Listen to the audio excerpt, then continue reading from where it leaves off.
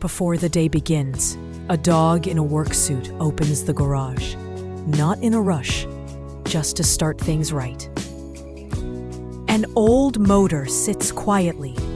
The dog adjusts the light, picks up a wrench, and listens more than he fixes. A tiny screw rolls under the shelf. He pauses. Small things matter. A hedgehog walks in, magnet on a stick. No words, just help. The engine hums. 2 cups of coffee, 1 quiet smile. Some days, that's enough.